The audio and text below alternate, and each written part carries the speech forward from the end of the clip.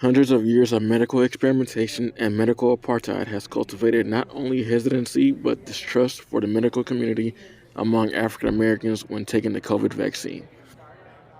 In 1932, the United States Public Health Service conducted the medical study of syphilis in black men, known as the Tuskegee experiment.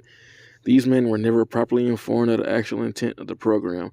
The fact that the medical community deceived these men and their families about the study, which lasted for 40 years, where 128 men died, is just one of many reasons the African American community frequently questions the motives and sincerity of the medical community.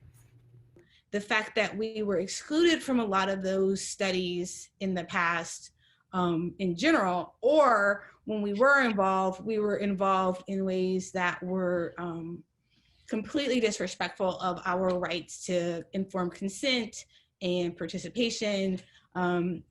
As you, I'm sure, know, everybody keeps referring to the Tuskegee Project with the studies on syphilis and the failure to treat, even though they knew penicillin was the appropriate treatment. Those studies, you know, that history colors everything forward.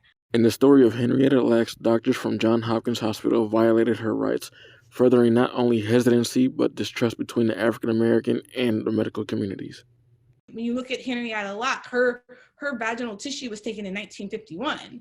She didn't even have a right, like she wasn't allowed to exercise her right to vote. I mean, there are a lot of things that have changed, and I think part of what we're going to have to do is help people understand that while that is our history, that is not our reality anymore, that there are concerted efforts in studies, especially for medicines, illnesses that are going to highly impact minorities, to recruit minority patients.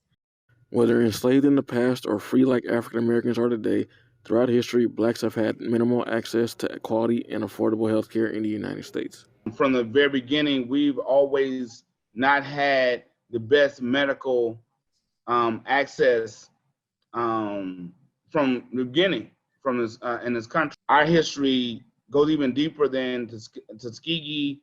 I mean, the truth is we were denied access to medical help. But perhaps the solution to this problem lies in the past instead of in the present. I think medicine has to get back to that field of small town doctor. When you have a doctor that's more in tune with what's going on with you, I mean, we start seeing that turnaround. So it really is the medical practice moving from the big business model to the small town doctor model, to me, which is, we know now, the private practice model, and really treating your patients like you would want to treat your own mother. Because if I was a doctor and my mom was sick, I'm gonna make sure my mama good.